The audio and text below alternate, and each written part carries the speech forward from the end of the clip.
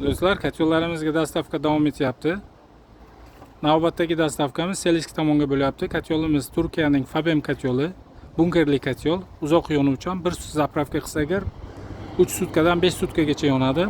Bu katyolimizning o'zi, mana bunisi esa bunkeri bo'ladi. Bunkeriga 130 kilo ko'mir ketadi. Bu katyolimiz 41 kilovatlik, bir zapravka qilganda 3 sutkadan 5 sutkagacha yonadi. Sifati zo'r, o'ta tejamkor katyol. Aqlli katyol, mana bunaqa blok upravleniyalari bor. Juda mnogofunksionalniy. Xo'sh. Shineklari o'ta mustahkam, 1 santimetrlik shinek, mana ko'rishingiz mumkin.